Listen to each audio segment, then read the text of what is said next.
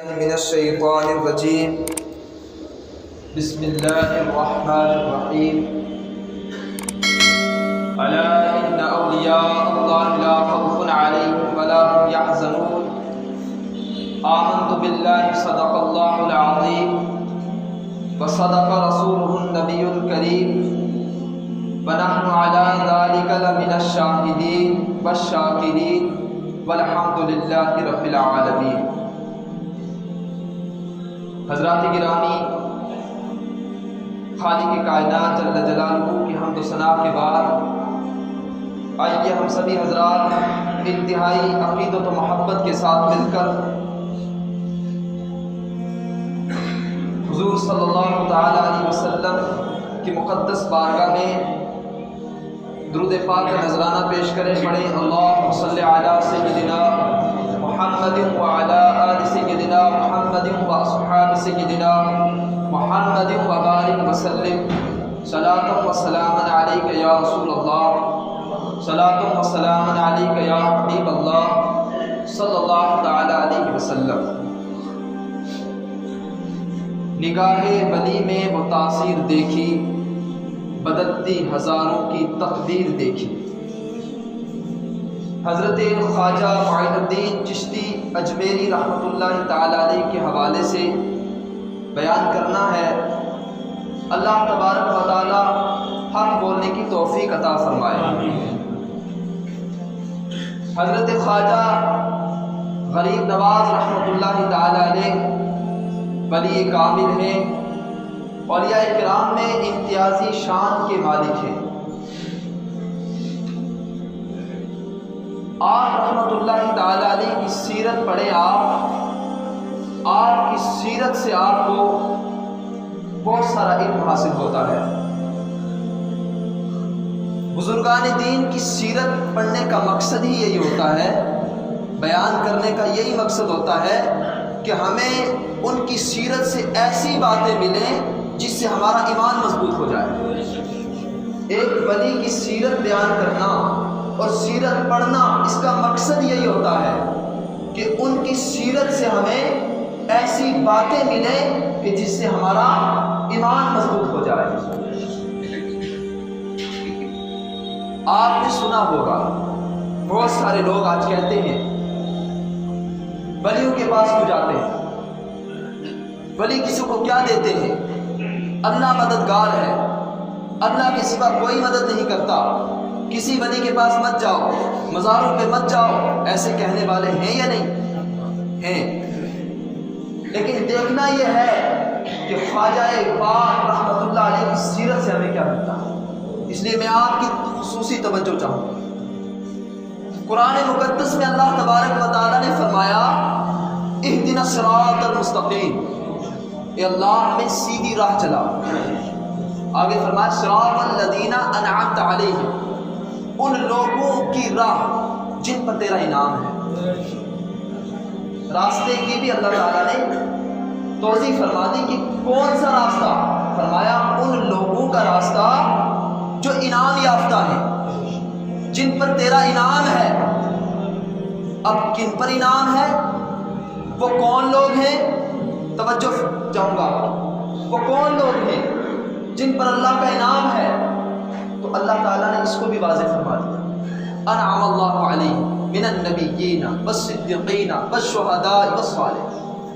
اللہ فرماتا ہے جن پر میرا انعام ہے وہ صدیقین کی جماعت ہے، شہداء کی جماعت ہے اور صالحین کی جماعت ہے، یعنی ولیوں کی جماعت ہے۔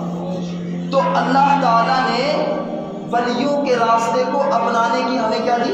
تعلیم دی، اور دعا تجویز فرمائی اہدنا الصراط المستقیم، اے اللہ چلا ہمیں سیدھی راہ، ان لوگوں کا راستہ جن پر تیرا انعام ہے۔ اور اللہ فرماتا ہے میرا انعام نیک لوگوں پر ہے، میرا انعام ولیوں پر ہے، یعنی کہ ہمیں یہ تعلیم دے رہا ہے اللہ تبارک و تعالیٰ کہ تم ولیوں کے طریقے کو اپناؤ، ولیوں کے طریقے کو اپناؤ، ولیوں کی زندگی کو اپنے لیے نمونہ عمل بناؤ، اپنی جامہ پہناؤ۔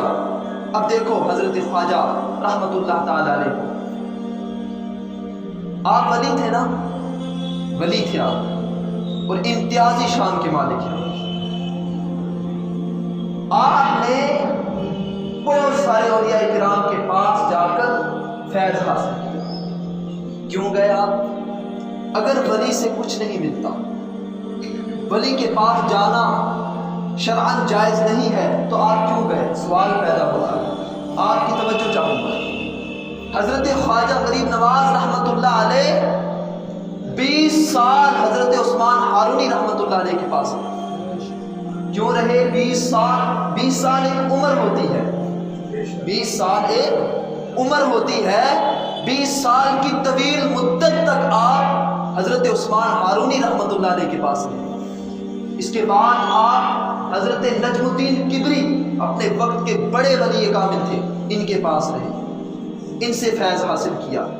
اس کے بعد بغداد حضرت سرکار غوث پاک رحمۃ اللہ علیہ کی بارگاہ میں رہے۔ کیوں رہے؟ ان سے فیض حاصل کیا۔ اس کے بعد آپ حضرت شیخ الشیوخ شہاب الدین سہروردی رحمۃ اللہ علیہ کے پاس رہے، بغداد میں ہی، ان سے فیض حاصل کیا۔ اس کے بعد آپ ہمدان تشریف لائے، ابو یوسف ہمدانی رحمۃ اللہ علیہ کے پاس رہے۔ تبریز تشریف لائے، ابو سعید تبریزی کے پاس رہے۔ اس کے بعد اصفہان تشریف لائے، ابو محمود اصفہانی کے پاس رہے۔ اس کے بعد آپ جو ہے استر آباد حضرت بایزید بستامی رحمۃ اللہ علیہ کی اولاد میں سے ایک ولی کامل تھے، ناصر الدین، اس وقت ان کی عمر 127 سال کی تھی، ان کے پاس رہے۔ اس کے بعد غزنی تشریف لائے، سلطان شمس العارفین عبد الواحد شمس غزنوی رحمۃ اللہ علیہ کے پاس رہے۔ بتانے کا مقصد یہ ہے، خواجہ پاک رحمۃ اللہ علیہ نے اتنے ولیوں کے پاس چکر کیوں لگائے؟ اگر ولیوں سے کچھ نہیں ملتا، ولی مدد نہیں کرتے، تو خواجہ پاک جو ولی کامل ہیں ان کو ولیوں کے پاس جانے کی کیا ضرورت پڑی؟ توجہ ہے آپ کی؟ کیا ضرورت پڑی؟ آپ جب ہندوستان تشریف لائے تو لاہور مخدوم علی حجویری داتا گنج بخش لاہور رحمۃ اللہ علیہ ان کے پاس رہے۔ 2 مہینے یا 40 دن آپ نے وہاں پر چلا کیا، ان کے مزار پر رہے۔ کیوں رہے؟ ولی کامل کے پاس کیوں رہے؟ خواجہ پاک رحمۃ اللہ علیہ کی سیرت سے ہمیں یہ ملتا ہے کہ ان لوگوں کا ہی سچا راستہ ہے۔ قرآن کہتا ہے انہی لوگوں کا سچا راستہ ہے، اور سچا راستہ یہی ہے کہ ولیوں کے پاس جاؤ اور ان سے فیض حاصل کرو۔ یہی آپ کی سیرت سے ہمیں ملتا ہے۔ اللہ تعالیٰ ہمیں ولیوں کی سیرت پر عمل پیرا ہونے کی توفیق عطا فرمائے۔ یہ اس لیے میں نے بیان کیا کہ بہت سارے لوگ آج ہمارے نوجوانوں کو، ہمارے مسلمانوں کو گمراہ کر رہے ہیں۔ ولیوں کے پاس مت جاؤ، خبردار، ولیوں کے پاس جانا، ان سے فیض حاصل کرنا، ان کے قرب میں رہ کر دعائیں مانگنا، اپنی آخرت کے بہتر ہونے کی دعا مانگنا، یہی اصل ایمان ہے اور یہی اصل اسلام ہے۔ حضرت خواجہ معین الدین رحمۃ اللہ تعالی علیہ، آپ کی عبادت کا یہ عالم تھا، آپ کی عمر 52 سال کی تھی۔ لکھا ہے کہ آپ عشاء کے وضو سے نماز فجر ادا کرتے، اللہ، عشاء کے وضو سے آپ فجر کی نماز پڑھتے، اور بسا اوقات ایک دن میں 2 قرآن مقدس کی تلاوت کرتے تھے، ایک ہی دن میں، اور چلتے پھرتے ہر وقت قرآن مقدس کی تلاوت کرتے، اور استغراق کا یہ عالم تھا، محبیت کا یہ عالم تھا۔ آپ کے مرید حضرت قطب الدین بختیار کاکی رحمۃ اللہ کہتے ہیں کہ جب آپ محو استغراق ہوتے ہیں، نماز کا وقت ہو جاتا، کئی بار آپ کے دوش مبارک پر ہاتھ مار کر سلاد سلاد سلاد کہہ کر تب جا کے آپ کی آنکھیں کھلتی، محو استغراق ہو جاتے۔ اور لکھا ہے کہ جب آپ حجرے میں تشریف لے جاتے، کئی دن تک حجرے کا دروازہ ہی نہیں کھلتا، اور حجرے کے سامنے پتھر رکھ دیے جاتے۔ جب آپ حجرے سے باہر نکلتے تو پہلی نظر جب پتھروں پہ پڑتی تو پتھر خاک ہو جاتے۔ پتھر خاک ہو جاتے، یعنی کہ آپ کا رتبہ اور آپ کا مقام اس سے اندازہ لگایا جا سکتا ہے اللہ کی بارگاہ میں کتنا اعلیٰ ہے، کتنا بڑا مقام ہے اللہ، اور آپ کی کرامات بے شمار ہیں۔ حضرت وحد الدین اور حضرت شہاب الدین سہروردی اور حضرت قطب الدین بختیار کاکی جو آپ کے مرید ہیں، بغداد شریف میں بیٹھے ہوئے تھے۔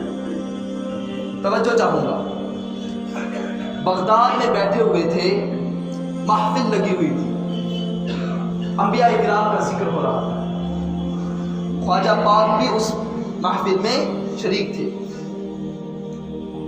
اتنے میں محفل کے سامنے سے ایک بچہ گزرا،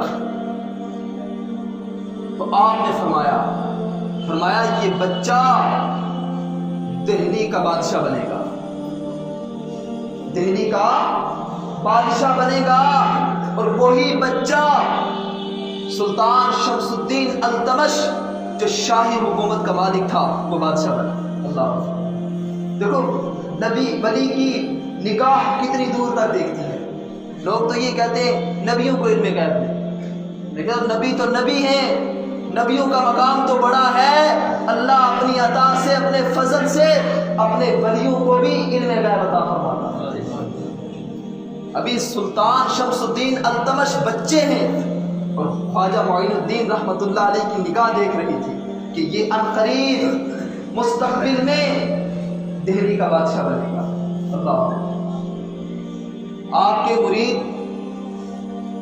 حضرت قطب الدین بختیار کاکی رحمۃ اللہ علیہ فرماتے ہیں کہ جب حج کا وقت آتا تو آپ ہر سال قوت روحانی سے حج کے لیے تشریف لے جاتے، ہر سال، اور فرماتے ہیں کہ نماز عشاء کے بعد ہر شب یعنی ہر رات آپ خانہ کعبہ میں تشریف لے جاتے روحانی طاقت سے۔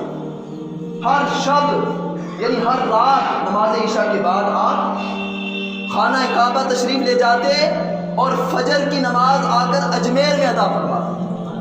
اللہ اللہ، کیا شان ہے، کیا مقام ہے۔ اور ایک روز آپ جنگل سے گزر رہے تھے، آپ کے ساتھ آپ کے مریدین تھے، وہاں کے گرد و نواح کے جو ڈاکو تھے، رہزن تھے، انہوں نے حملہ کر دیا، آپ کا ساز و سامان لوٹنے لگے۔ حضرت خواجہ غریب نواز رحمۃ اللہ علیہ جب نگاہ جمال اٹھا کر دیکھا، نگاہ ولایت ان کی طرف فرمائی، تو آپ کی آنکھوں سے نور کی شعائیں نکلنے لگی۔